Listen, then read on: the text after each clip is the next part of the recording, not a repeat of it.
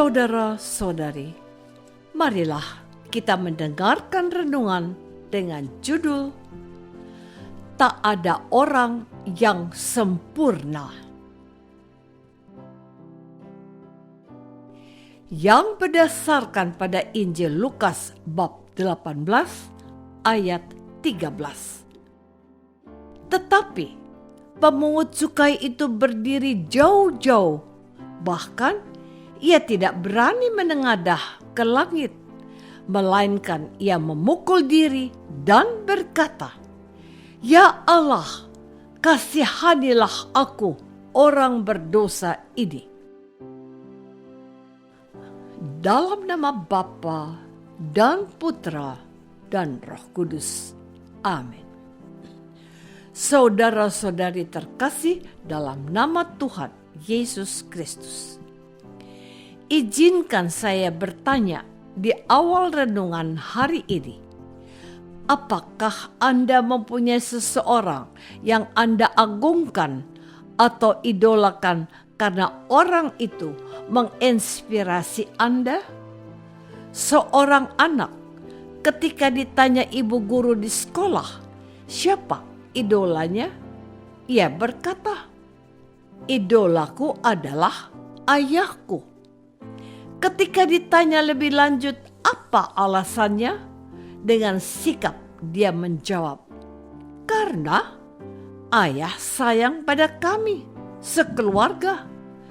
Ayah bekerja keras mencari nafkah untuk keluarga kami, menyekolahkan saya dan adik-adik." Pertanyaan berikutnya, kalau begitu, siapakah ayah bagimu, nak? Ayah adalah pahlawan dalam keluarga kami, jawabnya cepat-cepat. Mungkin kita tidak seperti anak kecil itu. Kita mempunyai idola yang sangat menginspirasi kita. Ada yang mengidolakan Bung Karno, Presiden RI pertama. Mungkin ada juga yang mengidolakan Presiden Jokowi, presiden kita saat ini.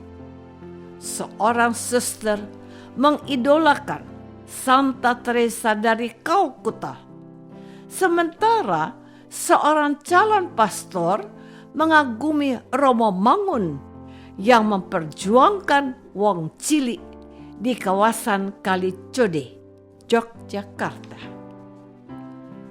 Saudara-saudari terkasih, tokoh-tokoh yang baru saja kita sebut adalah orang-orang yang kita anggap baik dan bahkan sempurna. Kita menilai orang-orang itu adalah orang baik yang dapat menginspirasi hidup kita. Tetapi hari ini kita melihat dalam perumpamaan Tuhan Yesus, seorang Farisi yang memuji dirinya sendiri sebagai orang baik.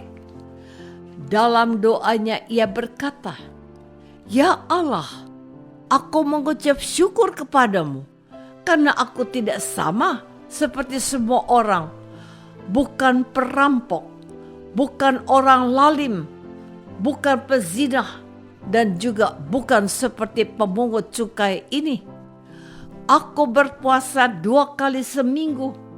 Aku memberikan 1/10 dari segala penghasilanku." Perhatikan, orang ini menganggap Tuhan tidak tahu akan apa yang sudah dikerjakannya.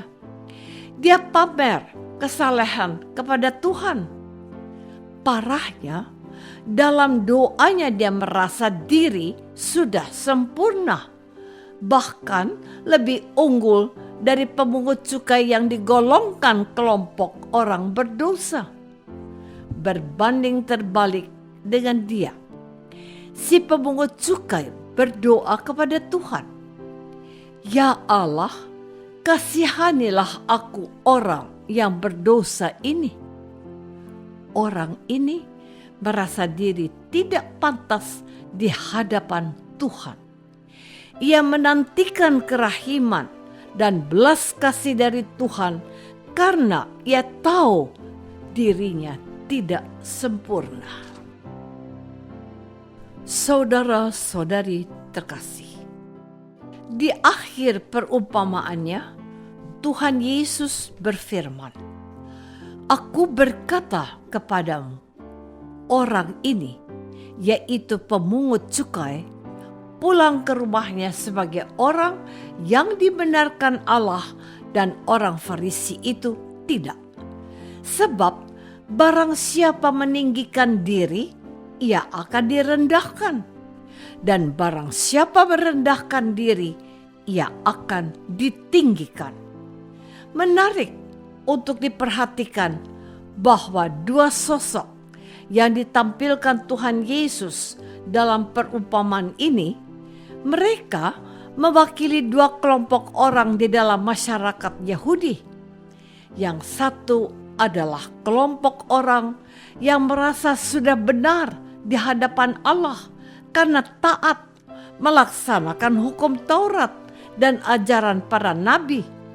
Bahkan mereka tidak mau bergaul dengan orang-orang berdosa, termasuk dengan para pemungut cukai yang dianggap penjilat penjajah dan disamakan dengan orang yang suka memperkaya diri sendiri.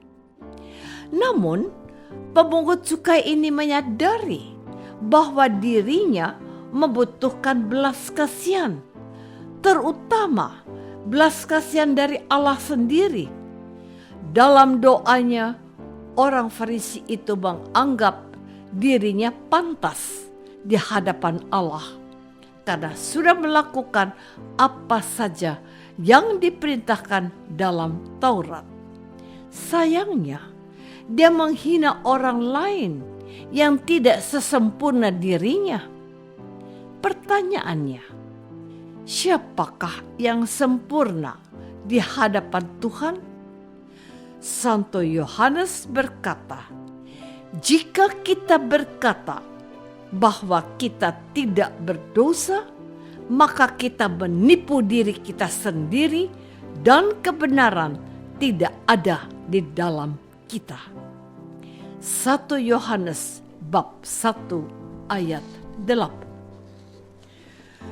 Saudara-saudari terkasih, melalui perumpamaan yang diwartakan oleh liturgi gereja pada hari ini, umat Allah diingatkan akan suasana kerohanian di masa prapaskah ini. Tidak ada gunanya menghitung-hitung dan pamer kebaikan untuk dilihat orang, melainkan kita diundang untuk memiliki kerendahan hati di hadapan Allah, karena kita adalah orang-orang yang berdosa dan tidak sempurna. Kita boleh saja mengidolakan seseorang, namun kita juga harus menyadari bahwa tidak ada orang yang sempurna di atas bumi ini, termasuk saya. Betul? Tuhan Yesus memuji dan membenarkan kerendahan hati seorang berdosa yang berprofesi sebagai pemungut cukai dan mencela apa yang dibanggakan orang Farisi dalam doa mereka. Di hadapan Tuhan tidak ada yang bisa kita banggakan kecuali bahwa kita mengharapkan kemurahan dan belas kasih-Nya. Pada masa ini kita diundang oleh Gereja Kudus untuk membangun hidup doa dalam kerendahan hati. Kita diajak untuk menyediakan waktu untuk berdoa, melakukan refleksi dan introspeksi, dan mohon rahmat Tuhan untuk membangun hidup yang lebih berkenan kepadanya. Itulah sebabnya gereja juga menganjurkan umat Allah untuk menerima sakramen tobat untuk berdamai dengan Allah dan orang lain. Hal itu bisa terjadi kalau kita memiliki semangat ini. Ya Allah, kasihanilah aku, orang yang berdosa ini. Apakah aku menyadari bahwa diriku tidak sempurna dan butuh pengampunan Tuhan? Marilah kita berdoa. Bapa yang Maha Baik, terima kasih untuk sudah diingatkan bahwa kami adalah orang-orang yang lemah dan berdosa. Jauhkan kami dari sikap tinggi hati dan bantulah kami untuk mengakui dosa-dosa kami demi Kristus, Tuhan dan pengantara kami. Amin. Semoga kita semua selalu dinaungi dan dibimbing oleh berkat Allah yang Maha Kuasa. Dalam nama Bapa dan Putra dan Roh Kudus. Amin.